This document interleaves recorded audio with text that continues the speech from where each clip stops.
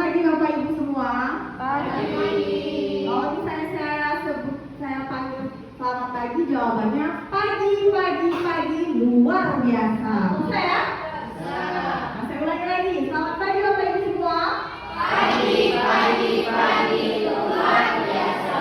Ya, kalau saya sebut SMA Muhammadiyah 8, jawabannya adalah Ito Paca. Oke Bapak Ibu semua? SMA Muhammadiyah 8 Palembang. Oke, terima kasih. Beri tepuk tangannya dulu.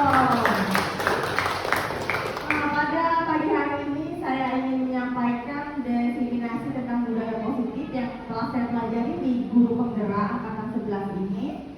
Sebelumnya kita perkenalkan diri dulu. Saya sudah kenal semua ya. Saya Dini Kartika Utami, CGP Angkatan 11 SMA Muhammadiyah 8 Palembang. Yang ganteng di sana itu Pak Epri Arifin, dia itu sebagai fasilitator dari Angkatan 11 Pendidikan Guru Penggerak Angkatan 11 yang memfasilitasi saya. Terus ada Madam Ari, dia itu pengajar praktik. Dia sudah 2 kali ke sekolah kita. Ada yang mungkin sudah kenal ya Bapak Ibu semua karena dia sudah 2 kali datang ke SMA Muhammadiyah 8 Palembang.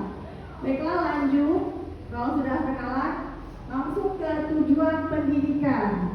Nah, tujuan pendidikan di sini menurut Ki Hajar Dewantara itu adalah menuntun segala kodrat yang ada pada anak-anak agar mereka dapat mencapai keselamatan dan kebahagiaan yang setinggi-tingginya, baik sebagai manusia maupun sebagai anggota masyarakat. Oleh sebab itu, pendidik itu hanya dapat menuntun tumbuh atau hidupnya kekuatan kodrat yang ada pada anak-anak agar dapat memperbaiki lakunya, bukan dasarnya hidup dan tumbuhnya kekuatan kodrat anak. Nah, di SMA Muhammadiyah 8 kita ini, kita sudah tinggi ya karakternya. Di ranah pendidikan kita karakternya sudah cukup baik, tapi untuk literasi dan numerasinya di sekolah kita itu menurun.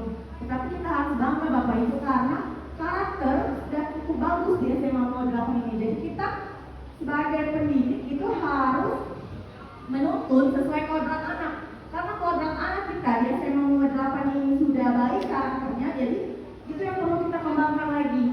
Ya, sudah ada aset kita itu sudah ada bahwa karakter di sekolah kita ini sudah cukup baik dari bagian keagamaannya, ya, dari budaya positifnya juga sudah cukup bagus, tetapi akan lebih baiknya kita kembangkan lagi.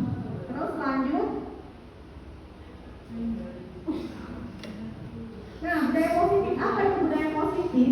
Budaya positif di sekolah yaitu nilai dan kebiasaan di sekolah yang berpihak pada murid agar mereka dapat berkembang menjadi pribadi yang kritis, penuh hormat dan bertanggung jawab sesuai dengan profil pelajar Pancasila. Ada yang masih ingat profil pelajar Pancasila itu apa saja? Bapak Ibu, profil pelajar Pancasila yang pertama, beriman dan bertakwa kepada Tuhan Yang Maha Esa, bergotong royong, Kreatif. apa lagi? Kreatif, apa lagi? Mandiri, kritis, yang keenam, kreatif. Ada berapa profil pelajar Pancasila? 6 ya. Yang pertama tadi beriman dan bertakwa kepada Tuhan Yang Maha Esa. Alhamdulillah kita di sekolah kita di SMA Muhammadiyah 8 sudah tumbuh kembang ya dari budaya positif murojaah yang biasa kita lakukan di setiap hari Jumatnya. Terus mandiri, terus kreatif, bergotong royong, berkebinekaan global, bernalar kritis. Nah, tuh kita di budaya positif di sini nilai kebiasaan yang di sekolah harus sesuai dengan profil pelajar Pancasila. Alhamdulillah kita sudah melaksanakannya di setiap pagi. Itu dari awal pertama kita masuk ke sekolah, siswa sudah kita biasakan untuk menjaga wudhu dia, menjaga wudhunya untuk apa? Untuk sholat duha, ya. Terus ketika kita masuk sekolah, masuk gerbang, itu anak-anak sudah kita biasakan untuk kegiatan 5S, ya. Apa itu 5S? Senyum, sapa, salam, sopan,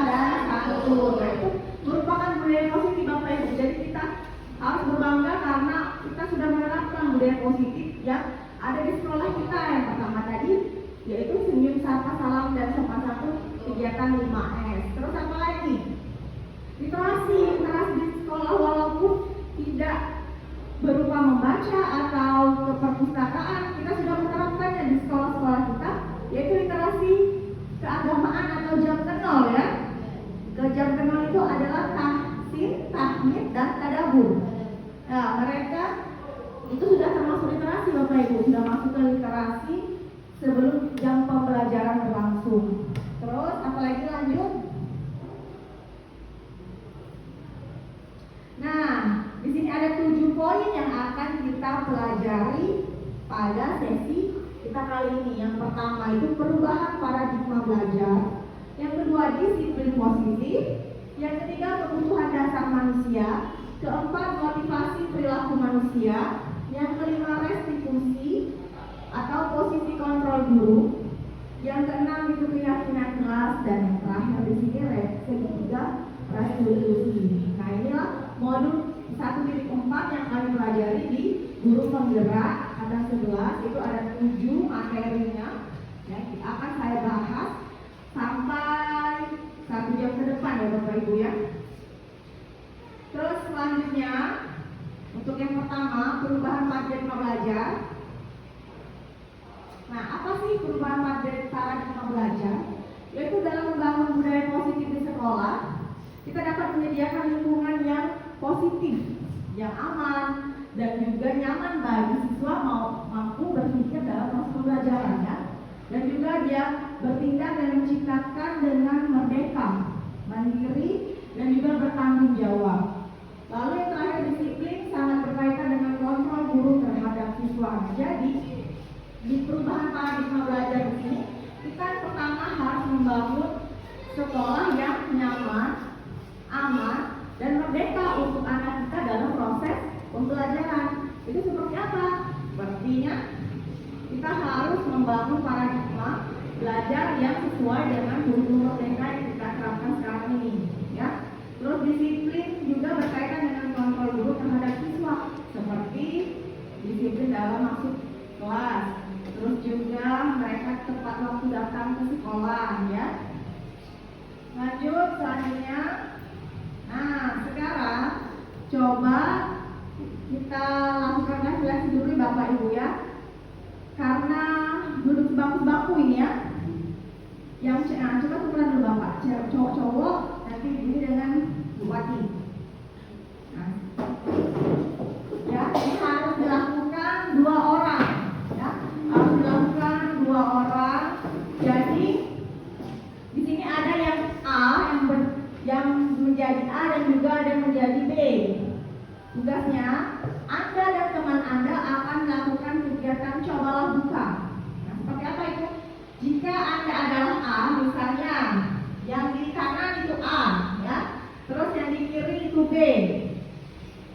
Yang tugas Anda yang si A ini mengepal salah satu tangan Anda. Kepal salah satu tangan Anda. Terus coba Anda bayangkan bahwa Anda menyimpan sesuatu yang sangat berharga di dalam kepala Anda. Jadi yang di kepala, ibaratkan Anda tuh memegang rahasia seperti itu yang tidak boleh dilihat oleh teman selain Anda, itu yang B tadi. Nah, tugas si apa tugas si B? Tugas B atau rekan teman Anda itu mencoba dengan segala cara untuk membuka kepala tangan Anda. Yang B boleh membujuk, menghardik, mengintimidasi, memarahi, menggoda, menggelitik, bahkan menawari Anda uang agar Anda bersedia membuka kepala tangan Anda. Jadi yang A, paham ya Bapak Ibu ya? Yang A itu mencoba sekuat mungkin jangan sampai kepala rahasia yang ada di tangan Bapak Ibu itu dibuka oleh tugas Anda, tugas rekan Bapak Ibu yang B. Nah, yang B itu mencoba berbagai cara untuk membuka. Boleh mengintimidasi, boleh menghardik, boleh juga menggoda, menggelitik, bahkan menawari uang, ya, untuk bersedia membuka kepala tangan. Ya, kita beri waktu dulu selama 15 detik. Bisa Bapak Ibu lakukan sekarang. Coba. Ya, yang kanan tadi mengepal ya, yang kiri mencoba membuka. Oke, kita mulai ya. 1, 2,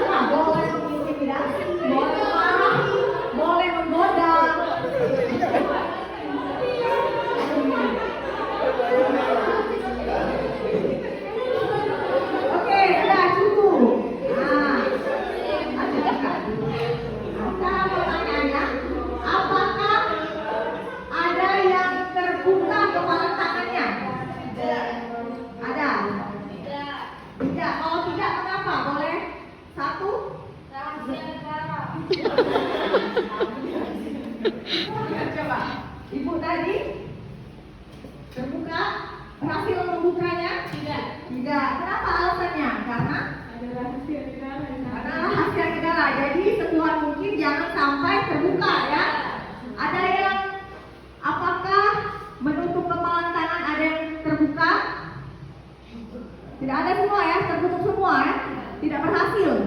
Nah, jadi kalau sesungguhnya siapa yang memegang kendali atau kontrol untuk membuka dan menutup kepala tangan tersebut? Kira-kira siapa? Coba saya main. Itu. Coba saya karena di sini kan tadi seharusnya A juga, B juga, ya, karena kita ada waktu jadi kita suruh yang pertama saja. Kira-kira siapa yang memegang kendali atau kontrol untuk membuka dan menutup kepala tangan tadi? Yang diri sendiri ya. Karena kenapa kami milih si A? Karena mungkin dari si A tadi memiliki privasi pribadi yang harus benar-benar dijaga tanpa harus orang lain tahu. Oke, terima kasih kepada Ibu. Siapa ini? Ibu Dina ya. Oke, jadi dalam kegiatan di sini yang memegang kendali itu siapa? Diri kita sendiri ya Bapak Ibu. Kenapa? Karena kita sendiri yang mengontrol sesuai dengan kebutuhan dasar kita. Kalau misalnya itu perlu diungkapkan ya sudah kita buka. Tapi kalau misalnya itu tidak perlu, itu privasi kita sendiri ya kita tadi. Maupun orang sekuat apa dia menghardik, mengintimidasi, terus dia menggelitik atau bahkan dia memberikan uang, ya. Kalau kita tidak bersedia untuk membuka kepala tangan kita itu tidak akan bisa terjadi. Jadi sesuai dengan keinginan kita pribadi. Oke, selanjutnya. Nah, di sini ada perubahan paradigma teori kontrol atau ilusi kontrol menurut Dr. William Glasser. Itu ada 4. Yang pertama, ilusi guru mengontrol murid. Yang kedua, ilusi bahwa semua penguatan positif, efektif, dan bermanfaat. Dan yang ketiga, ilusi bahwa kritik dan membuat rasa bersalah mampu menguatkan karakter. Dan yang keempat, di sini ilusi bahwa orang dewasa berhak memaksa. Apa penjelasannya? Bisa lanjut ke slide berikutnya. Untuk ilusi guru mengontrol murid, di sini pada dasarnya kita tidak dapat memaksa murid untuk berbuat sesuatu jikalau murid tersebut memilih untuk tidak melakukannya. Dan juga walaupun tampaknya guru sedang mengontrol perilaku murid, hal demikian terjadi karena murid sedang mengizinkan dirinya kontrol. Saat itu bentuk kontrol guru menjadi kebutuhan dasar yang dipilih murid tersebut. Teori kontrol menyatakan bahwa semua perilaku memiliki tujuan bahkan kepada perilaku yang tidak disukai ya. Jadi menurut teori Dr. William Glasser tadi ada yang pertama ilusi guru untuk mengontrol murid. Di sini pada dasarnya kita tidak bisa memaksa murid ya. Tapi jika hal demikian terjadi maka murid sedang mengizinkan dirinya dikontrol tadi. Terus yang kedua itu ilusi bahwa semua penguatan positif, efektif dan bermanfaat. Apa itu? Penguatan positif atau bukan adalah bentuk-bentuk kontrol segala sesuatu untuk mempengaruhi murid agar mengulangi suatu perilaku tertentu. Adalah suatu usaha untuk mengontrol murid tersebut dalam jangka waktu tertentu. Mungkin murid tersebut akan menyadari dan mencoba untuk menolak rujukan kita, atau bisa jadi murid tersebut menjadi tergantung pada pendapat si guru untuk berusaha. Ya. Jadi di sini dua ilusi dulu yang dijelaskan. Pertama ilusi guru mengontrol murid dan juga ilusi bahwa penguatan positif, efektif dan bermanfaat. Selanjutnya untuk ilusi yang ketiga itu bahwa kritik dan membuat orang merasa bersalah dapat menguatkan karakter. Ya. Penjelasannya di sini menggunakan kritik dan rasa bersalah untuk mengontrol murid menuju pada identitas gagal. Mereka belajar untuk merasa buruk tentang diri mereka. Mereka mengembangkan dalam diri yang negatif. Kadang kala sulit bagi guru untuk mengidentifikasi bahwa mereka sedang melakukan perilaku ini karena seringkali guru cukup menggunakan suara halus untuk menyampaikan pesan negatif tersebut. Ya. Terus yang terakhir ilusi bahwa orang dewasa memiliki hak untuk memaksa. Apa itu pengertiannya di sini? Menurut Dr. William Glasser, banyak orang dewasa yang percaya bahwa mereka memiliki tanggung jawab untuk membuat murid-murid berbuat hal tertentu. Apapun yang dilakukan dapat diterima selama ada sebuah kemajuan berdasarkan sebuah pengukuran yang penuh.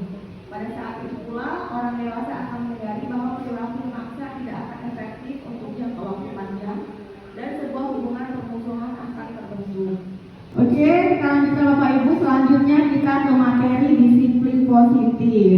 Jadi sebelum kita ke disiplin positif di sini, kita ice breaking dulu ya. Bisa berdiri semuanya? Nah, semuanya berdiri.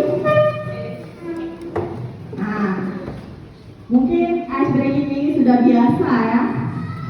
Seperti kalau misalnya saya sudah ice breaking yang Marina menari di atas menara. Tahu? Sudah tahu? Marina menari di atas menara. Bisa ya? Kalau Marina, ini Marina. Ingat nih kalau Marina berarti Marina menari. Menari. Ya. Kalau di atas, pokoknya di atas. Terus menara. Oke, bisa? Kita coba dulu ya, coba dulu. 1, 2, 3. Marina menari di atas menara. Menara menari, Marina di atas. Bisa? Bisa ya, fokus. Oke, saya ulang lagi. 1, 2, 3. Di atas Marina menari, menara menari di atas Marina. Oke, tepuk tangan dulu. Maju sekarang kita ke disiplin. Boleh semuanya Bapak Ibu? Lanjut ke disiplin positif. Itu apa makna disiplin? Kira-kira menurut Bapak Ibu apa sih disiplin itu? Coba kita ke Ibu Minis. Apa Bu Minis kira-kira makna disiplin? Makna disiplin itu adalah disiplin itu merupakan dasar dari rasa tanggung jawab. Oke, tangan dulu Ibu Minis. Berarti makna disiplin itu rasa tanggung jawab. Ada yang lain mungkin? Bapak-bapaknya? Oh, Pak Bekti, silakan Pak Bekti. Jadi disiplin itu Bapak Ibu adalah salah satu sikap taat aturan. Jadi disiplin itu adalah taat aturan. Taat aturan. Oke, satu lagi Pak Andre mungkin ya. Silakan Pak Andre. Disiplin itu merupakan suatu hal yang dilakukan terus-menerus dan penuh dengan rasa tanggung jawab. Oke, kesimpulannya sepertinya kesimpulan dari Ibu Is dan juga dari Bapak Bekti bahwa disiplin itu lanjut rasa tanggung jawab atau peraturan yang kegiatan yang selalu terus-menerus dilakukan. Nah, di sini disiplin berasal dari bahasa Latin disiplina, ya, yang artinya belajar. Disiplin diri membuat orang menggali potensinya menuju sebuah tujuan apa yang dia hargai. Namun dalam budaya kita itu biasanya makna disiplin itu berubah menjadi suatu yang dilakukan seseorang pada orang lain untuk mendapatkan kepatuhan, ya Bapak Ibu. Jadi betul tadi katanya tanggung jawab juga bisa, karena kita biasa itu disiplin itu biasa peraturan yang harus kita taati. Supaya kita bisa taati, kita harus bertanggung jawab. Nah, seperti itu ya. Terus selanjutnya, nah disiplin di sini adalah kemampuan memerintah diri sendiri dalam mengontrol dan menguasai diri untuk memilih tindakan yang mengacu pada nilai-nilai yang kita hargai. Tadi, berarti disiplin tadi harus nilai-nilai yang harus kita hargai atau peraturan-peraturan yang telah dibuat dan kita harus melaksanakannya dengan sesuai aturan ya. Terus juga kita harus penuhi dengan tanggung jawab tanpa terperintah orang lain. Terus nilai-nilai yang kita hargai di sini itu ialah nilai kebajikan yang bersifat positif dan juga merupakan tujuan yang mulia yang dicapai setiap individu, yaitu nilai-nilai dalam profil pelajar Pancasila tadi. Nah, selanjutnya kita ke materi kebutuhan dasar manusia. Nah, kebutuhan dasar manusia ini ada 5 Bapak Ibu. Yang pertama itu survival atau untuk memenuhi kebutuhan hidup kita ya. Terus ada juga rasa cinta kasih yang diterima, penguasaan, kesenangan dan juga kebebasan. Nah, realitas kebutuhan setiap orang itu berbeda-beda. Kita harus berusaha memahami pandangan orang lain tentang dunia dan setiap orang memiliki gambaran yang berbeda-beda. Jadi mungkin kebutuhan hidup kita itu kadang berbeda, ya. Seperti contoh ada suatu kasus selanjutnya. Nah, di sini Ibu Ria, dia guru kelas 11 di SMA. Dia sedang bingung menghadapi ulas satu murid yang bernama Agus. Beberapa anak telah datang dan mengeluh bahwa Agus ini sering sekali meminta bekal mereka dengan paksa. Jika Bapak Ibu menghadapi situasi seperti Ibu Ria, kira-kira apa yang akan Ibu lakukan? Terus kira-kira apa sih alasan Agus itu melakukannya? Kita sesuai dari 5 kebutuhan dasar manusia tadi. Apakah ada yang masih ingat 5 kebutuhan dasar manusia? Yang pertama, survival, ya, bertahan hidup. Terus penguasaan, kesenangan, kebebasan, dan yang terakhir cinta, kasih atau untuk yang dihargai, ya. Nah, jadi kira-kira dari kasus Ibu Ria ini, yang pertama, apa yang akan dilakukan menurut Bapak Ibu?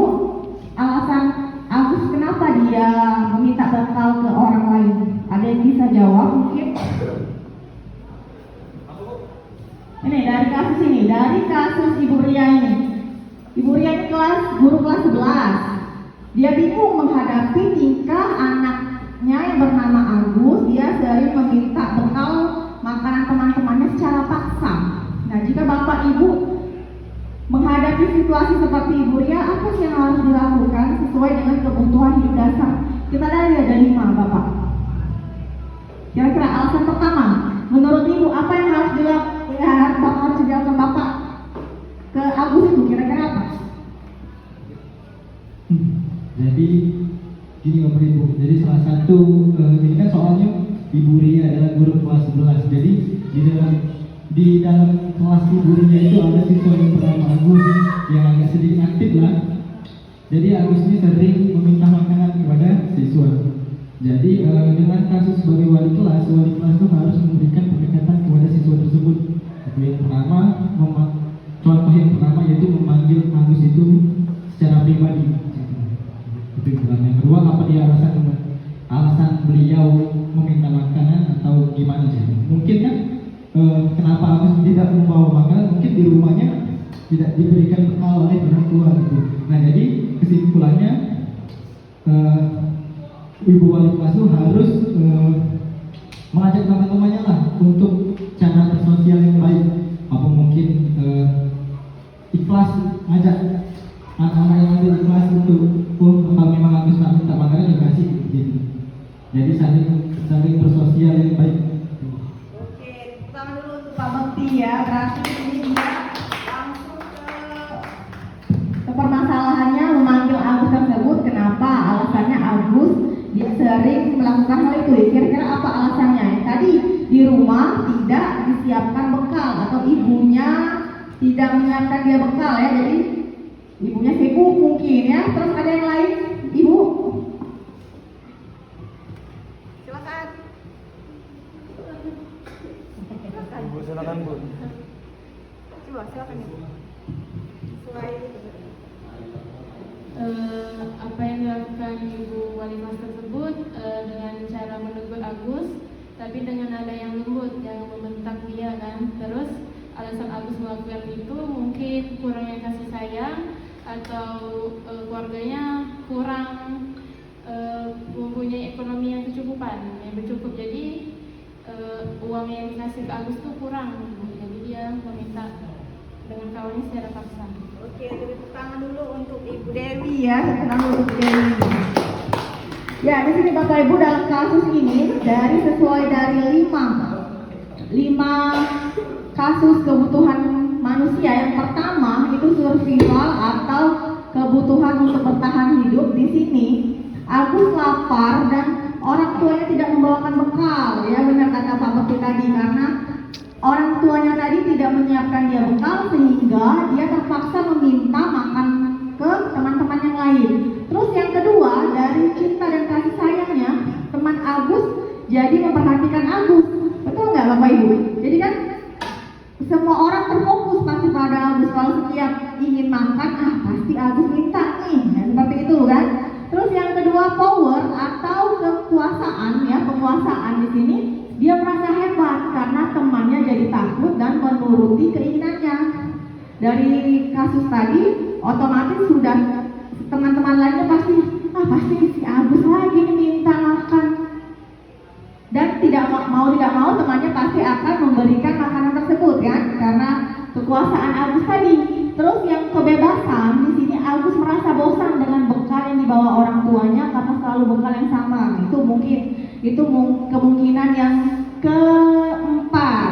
Orang tuanya mungkin memberi dia nasi goreng terus, jadi dia malas kan, bosan. Jadi dia minta sama teman lainnya. Dan yang terakhir, kesenangan itu kira-kira Agus hanya iseng dan dia menikmati ekspresi wajah temannya yang kesal. Nah, jadi dari kasus tadi kita bisa membuat kesimpulan menjadi 5 kebutuhan dasar manusia sesuai dengan apa yang ada, seperti itu. Terus selanjutnya, nah ada lagi nih hukuman dan sanksi atau konsekuensi. Kira-kira sama tidak ya hukuman dan sanksi serta konsekuensi?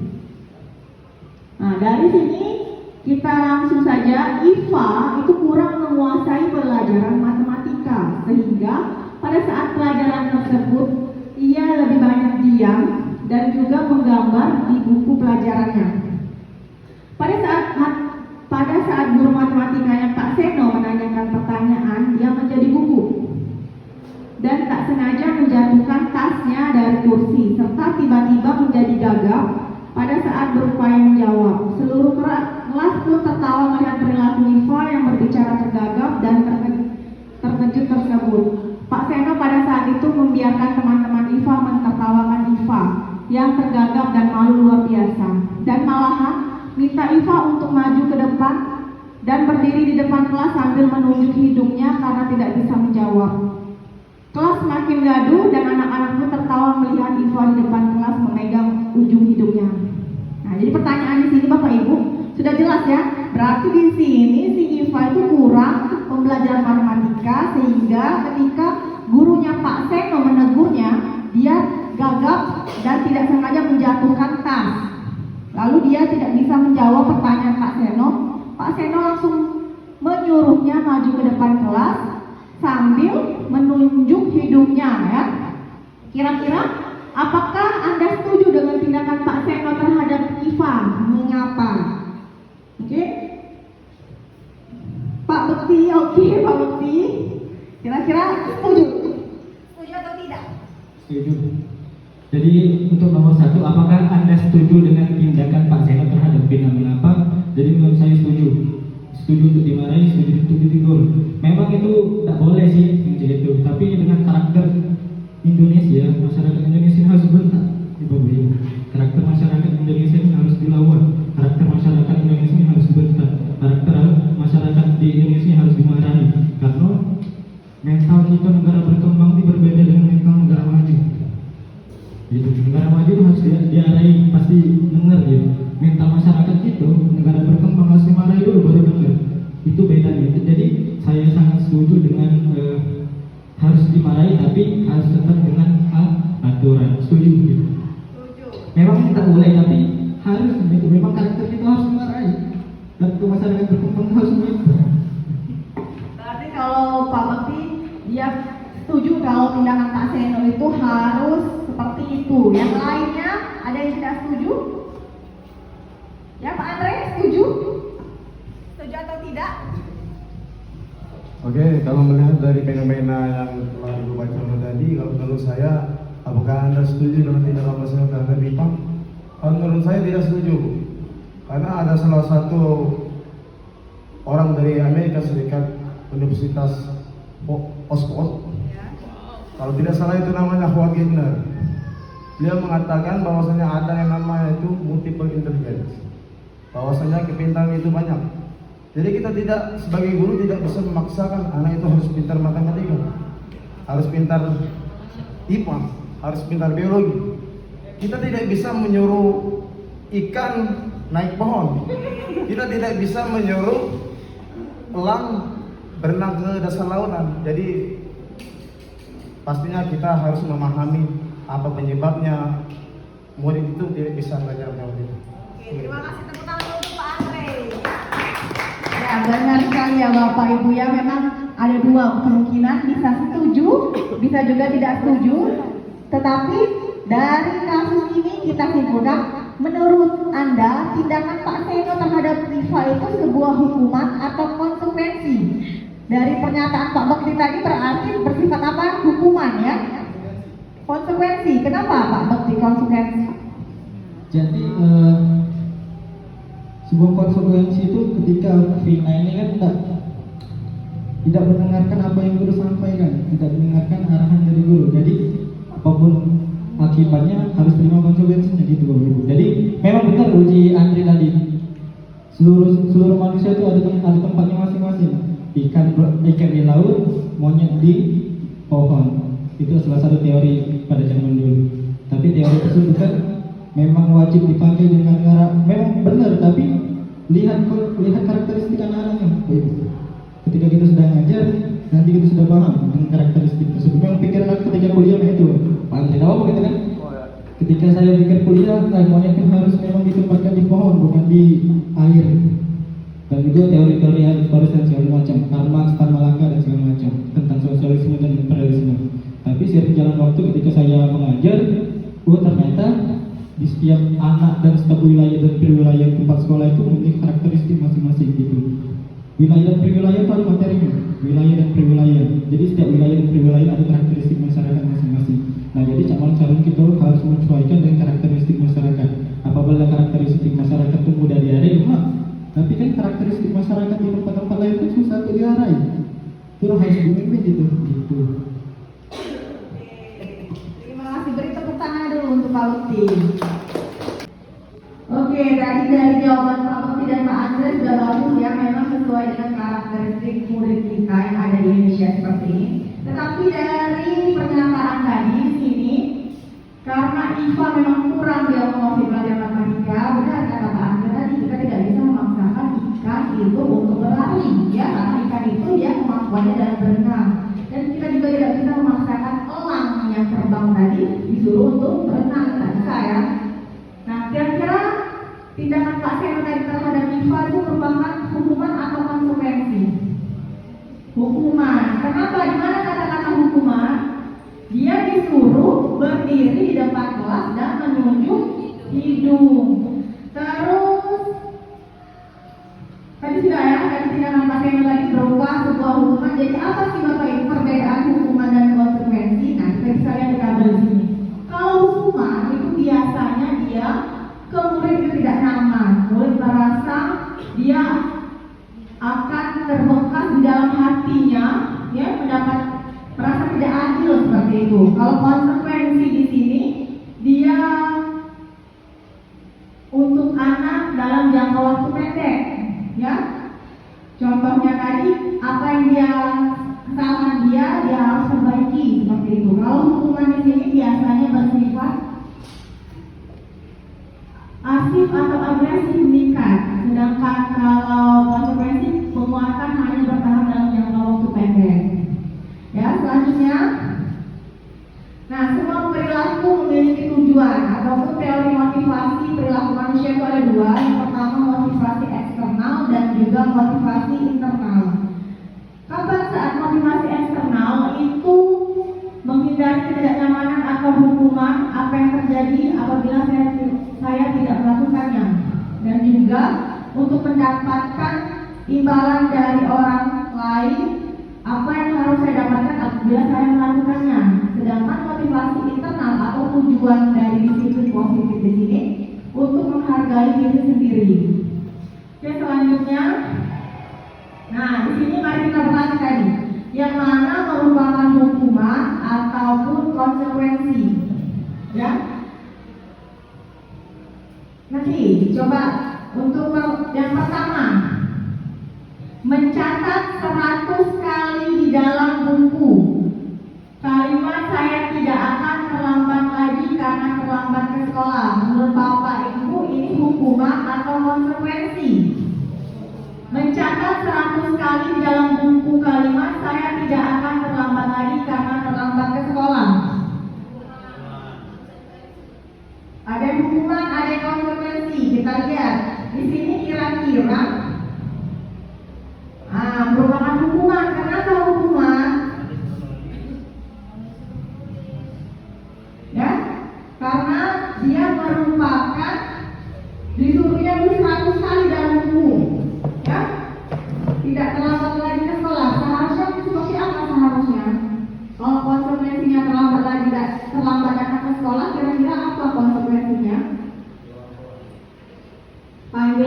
tua bisa jadi ya, kita kasih panggilan orang tuanya, terus bisa kita beri dia SP ya, SP pemanggilan ya, tadi pemanggilan orang tua. Jadi tidak harus untuk mencatat 100 kali di buku. Terus yang kedua, lari mengelilingi lapangan basket 2 kali karena terlambat hadir ke sekolah. Hukuman atau konsekuensi? Hukuman. Kita lihat jawabannya. Iya, betul sekali, hukuman ya. Kenapa? Itu tadi disuruhnya lari. Hukuman kan berupa kayak tidak adil seperti itu ya. Kalau terlambat ke sekolah, kok saya harus lari seperti itu? Seperti zaman penjajahan ya. Terus yang ketiga, membersihkan coretan yang dibuat di meja tulis. Kira-kira hukuman atau konsekuensi membersihkan coretan yang dibuatnya di meja tulis? Apa Bapak Ibu, hukuman atau konsekuensi? Apa?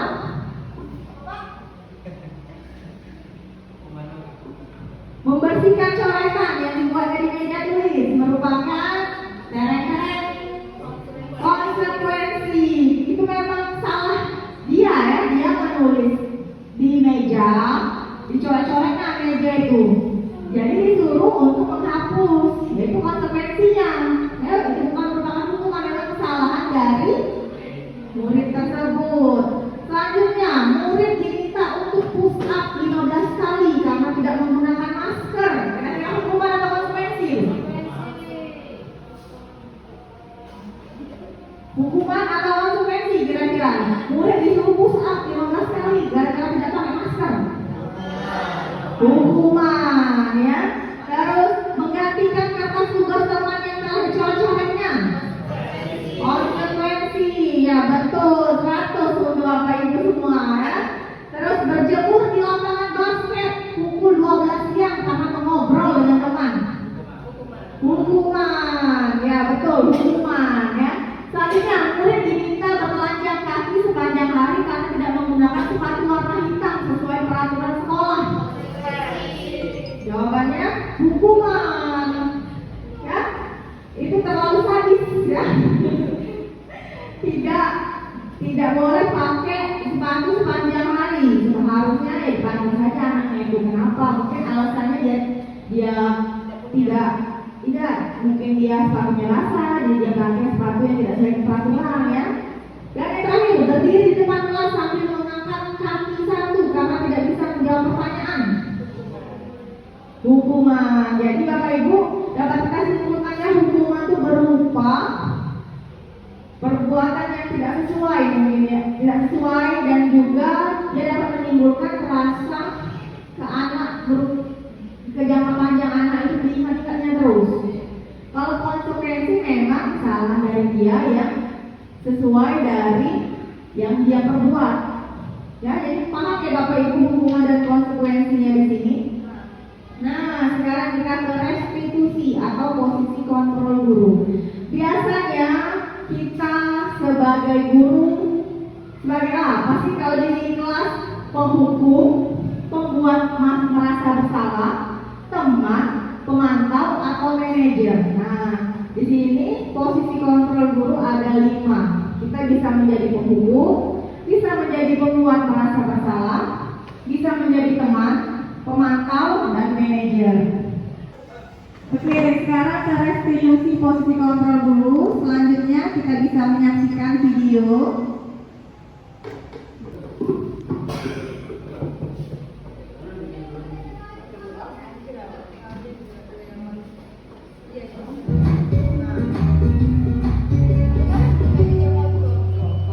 Salam bahagia ibu dan bapak guru hebat. Dalam penerapan disiplin positif restitusi, salah satu program yang dikembangkan adalah 5 posisi kontrol. 5 posisi kontrol dalam restitusi adalah proses perjalanan seorang pendidik agar dapat mengenali dirinya. Pada video kali ini, kita akan membahas tentang 5 posisi kontrol yang dikembangkan oleh Diane Rosen dan kelompok penerapan.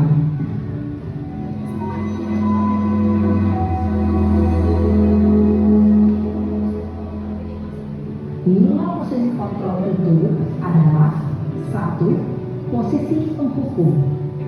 2. Posisi pembuat rasa bersalah. 3. Posisi teman. 4. Posisi pemantau atau monitor. Dan 5. Posisi manajer. Untuk lebih memahami kelima posisi tersebut, mari kita saksikan kasus. Nah, silakan saksikan Bapak Ibu ya. Yang pertama ini posisi pendukung. Lihat bagaimana kelima posisi kontrol dalam menghadapi masalah tersebut.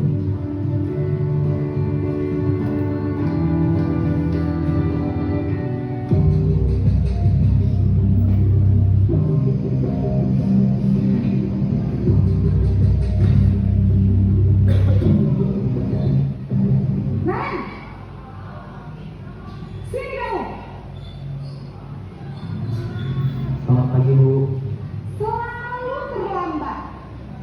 Kamu deh, pasti terlambat.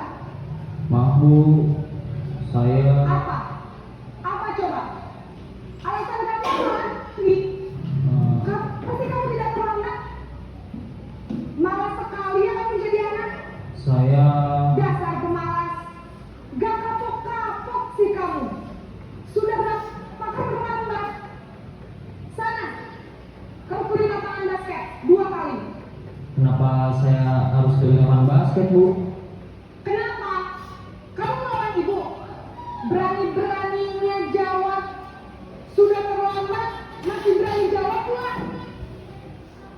Sekarang, keliling lapangan basket 5 kali sekalian. Biar kapok. Cepat. Pergi sana ke lapangan basket. Posisi penghukum biasanya berbicara dengan nada tinggi, menghabis, menunjuk-nunjuk, menyakiti, dan menyindir. Hukuman bisa berupa fisik maupun psikis. Ibu dan bapak guru hebat. Dampak yang terjadi pada murid ketika guru berada pada posisi penghukum adalah murid cenderung akan memberontak, bahkan menyimpan dendam.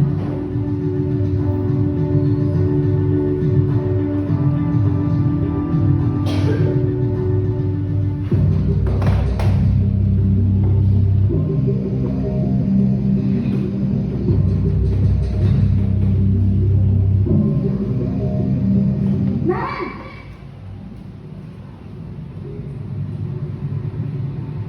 Selamat pagi Bu.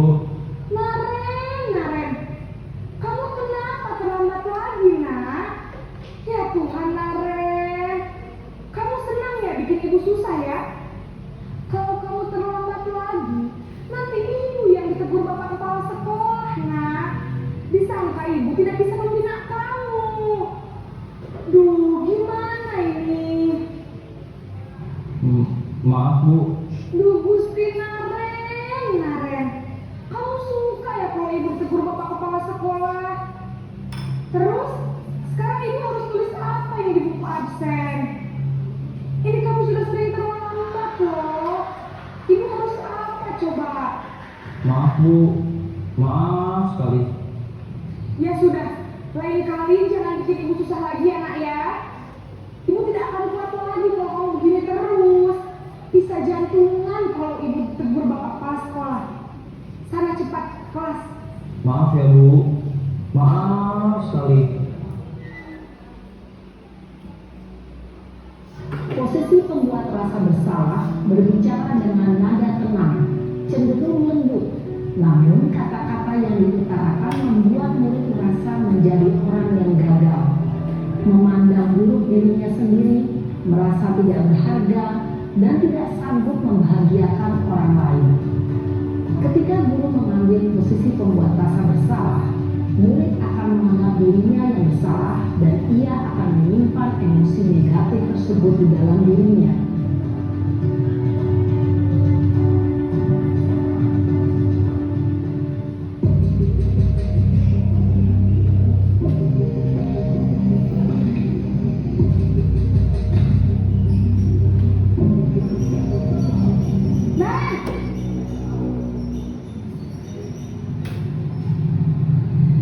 Selamat pagi Bu.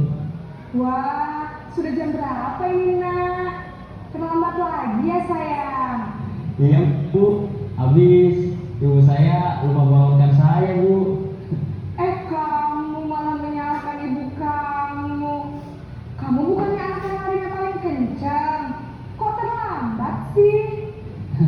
Iya Bu, saya memang terlambat bangun tadi. Jadi biarpun saya lari kencang, tetap gak kekejar Bu. Ya sudah sana, nanti lain kali larinya lebih kenceng lagi ya, biar gak terlambat lagi. Bikin seneng ibu, demi ibu, bisa kan? Bisa lah Bu. Ya sudah sana masuk kelas, ibu beresin urusan absen kamu. Kamu ini ada-ada saja. Dalam posisi teman, guru berbicara dengan nada suara ramah, akrab, cenderung bersenda gurau untuk menjaga suasana tetap santai.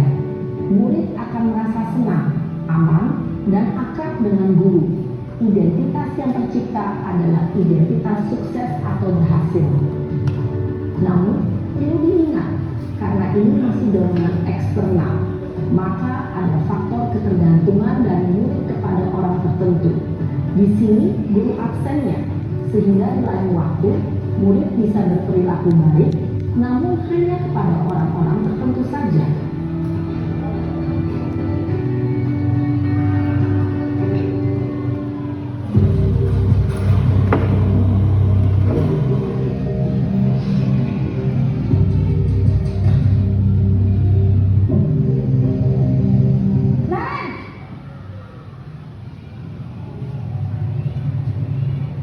Selamat pagi Bu.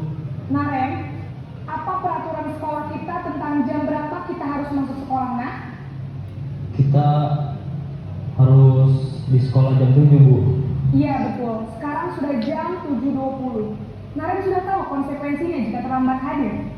Paham Bu, saya harus tinggal kelas pas jam istirahat selama 20 menit. Iya benar, konsekuensinya demikian.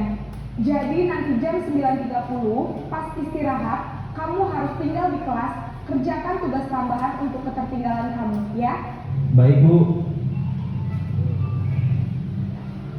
Posisi pemantau mengandalkan penghitungan atau data untuk mengontrol murid. Guru mengarahkan murid berdasarkan peraturan dan konsekuensi.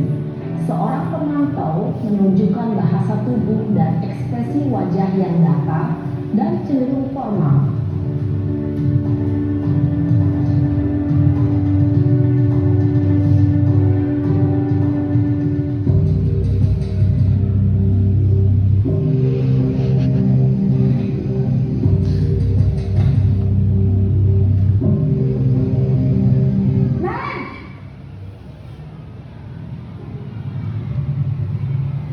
Selamat pagi Bu. Selamat pagi, Naren. Maaf Bu, saya terlambat. Iya, sekolah masuknya jam 7, sekarang sudah jam 7.20. Jadi sekarang bagaimana ini, Naren? Maaf Bu, saya lupa setel alarm saya semalam. Baiklah, menurut kamu, keyakinan sekolah yang mana yang perlu kamu tingkatkan? Menghargai diri sendiri dan orang lain mungkin ya Bu. Setuju. Jadi, apakah Naren meyakini prinsip saling menghormati tersebut? Iya Bu, saya meyakininya. Apakah Naren bersedia memperbaiki masalah keterlambatan ini? Bersedia Bu. Bagaimana kamu akan memperbaiki masalah keterlambatan ini? Saya akan coba untuk tidak lupa menyetel alarm saya Bu. Baik, kalau Naren lupa menyetel alarm di rumah, ada orang yang kira-kira bisa bantu mengingatkan tidak? Ada Bu, kakak saya, Kak Emma. Ada lagi selain Kak Emma?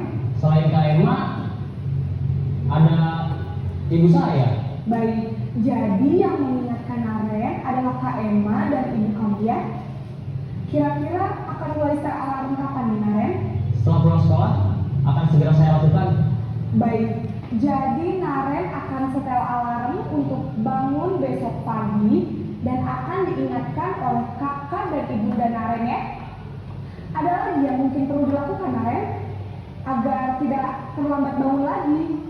Tidak ada Bu. Baik, Naren, terima kasih untuk kerjasama kamu. Sekarang kamu perlu kembali ke kelas untuk belajar. Baik Bu, terima kasih.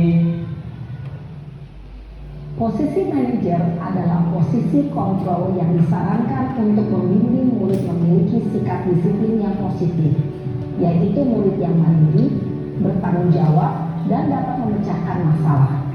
Tujuan dari posisi ini adalah agar murid dapat berefleksi atas tindakannya. Guru akan lebih tulus memberikan pertanyaan-pertanyaan bermakna, sehingga membuat murid dapat belajar dari kesalahannya dan mencari sebuah solusi untuk menyelesaikannya. Ibu dan Bapak guru hebat, setelah mengamati adegan kelima posisi kontrol tadi, kira-kira posisi mana yang paling ideal? Posisi mana yang dapat menunjang? Tadi sudah menyaksikan 5 posisi kontrol guru ya. Kira-kira Bapak Ibu di posisi mana sih? Kalau menangani kasus anak yang datang terlambat? Ya jujur, kalau biasanya kebanyakan penghukum ya. Nah sekarang sebaiknya kita sebagai guru tidak boleh lagi, kita harus berusaha menjadi posisi manajer, di mana ketika anak datang terlambat, kita harus meyakinkan dengan dia keyakinan sekolah yang telah dibuat, apa kira-kira yang harus ia perbaiki, ya.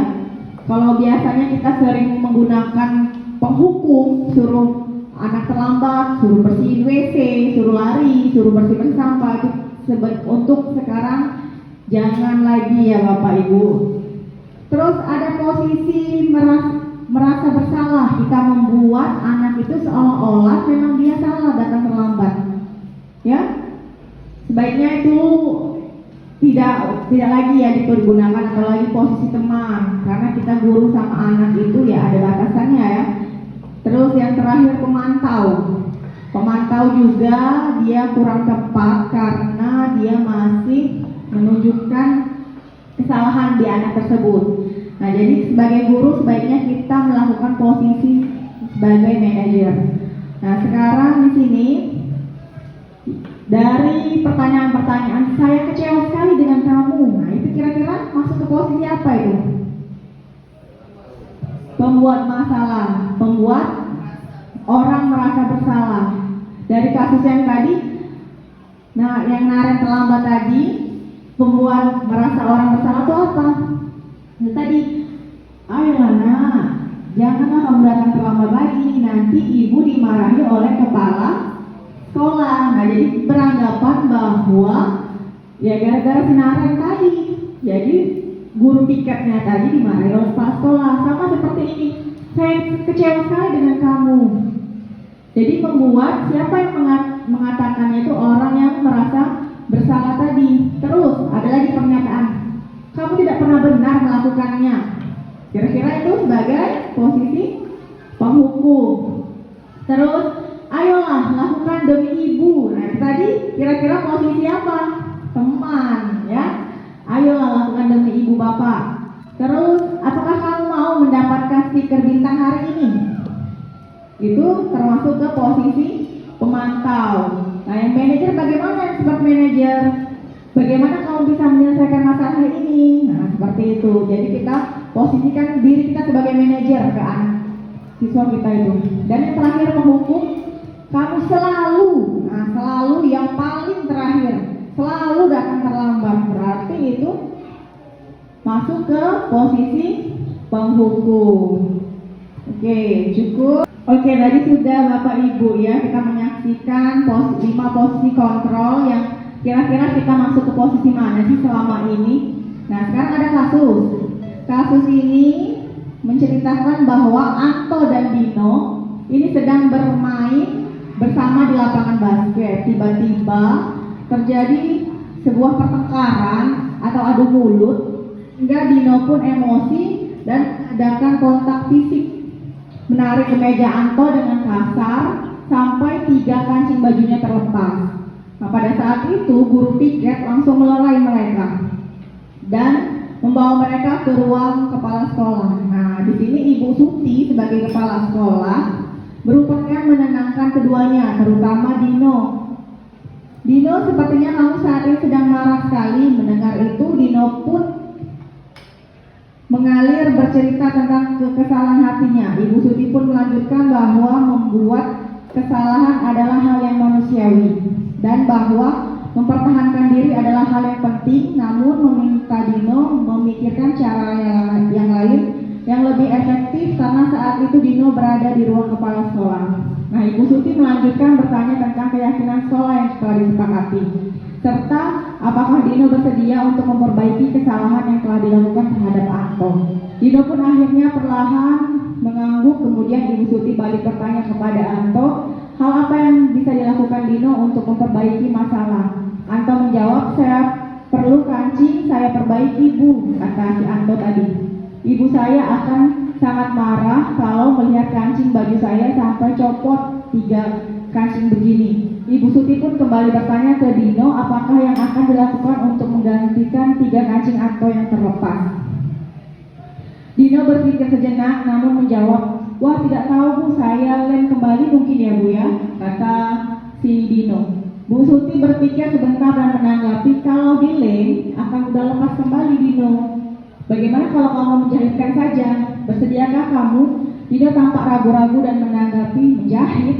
Mana saya bisa Bu menjahit, bagaimana Bu? Ibu Suti meneruskan, apakah kamu bersedia belajar menjahit? Dino berpikir sejenak, memandang ke meja Anto dan menanggapi, menjahit.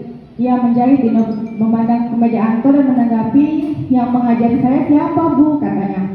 Dengan cepat Ibu Suti menjawab, Pak Irfan, guru tata busana.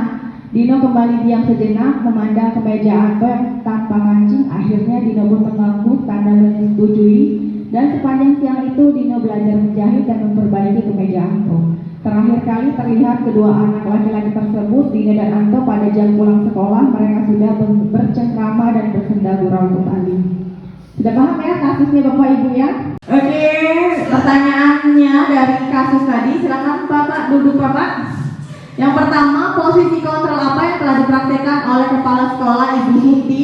Hal-hal apa saja yang dilakukan sehingga Anda berkesimpulan demikian? Nah, kira-kira sudah posisi kontrol apa sih Ibu Suti itu? Ya, coba Ibu Dewi.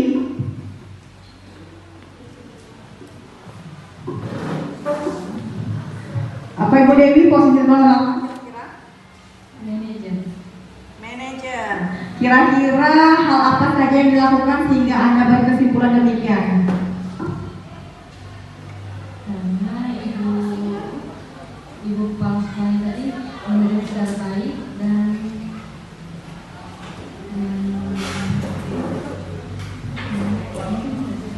ya, karena kepala sekolahnya tadi sudah menegurnya dan menasehati Dino dengan cara baik untuk menggantikan kancing baju apa yang lepas tadi ya. Terus yang kedua, dalam kasus tersebut bagaimana Dino dikuatkan, bagaimana Anto dikuatkan oleh Ibu Suti?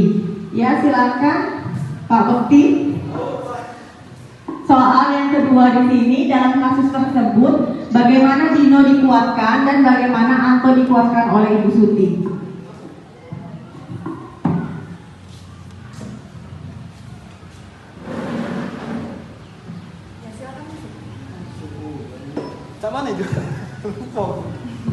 Iya, tadi kan si Dino ini kancing bajunya kan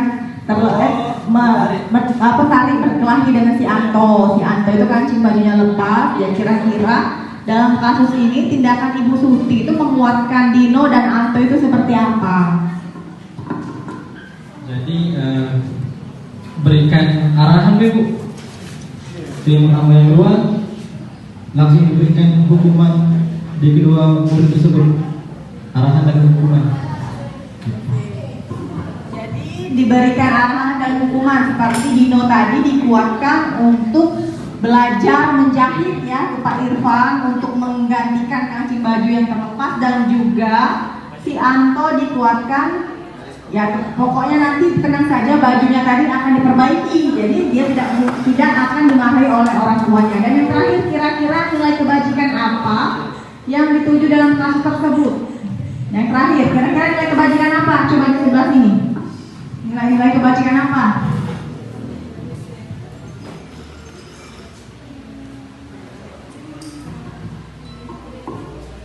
Nilai-nilainya itu ada empati, tanggung jawab, dan pembelajaran dari kesalahan. Oke, tepuk tangan dulu dong. Sesi terakhir ini ya. Jadi ada empati, tanggung jawab, dan juga pembelajaran dari kesalahan. Nah, selanjutnya kita ke posisi kontrol tadi. Ya, Bapak Ibu ada 5 ya. Ya, 5 posisi kontrol tadi seperti penghukum, membuat merasa bersalah, teman, pemantau, dan manajer. Sudah kita jelaskan tadi ya, dari video tadi sudah jelas. Kita lanjutkan keyakinan kelas.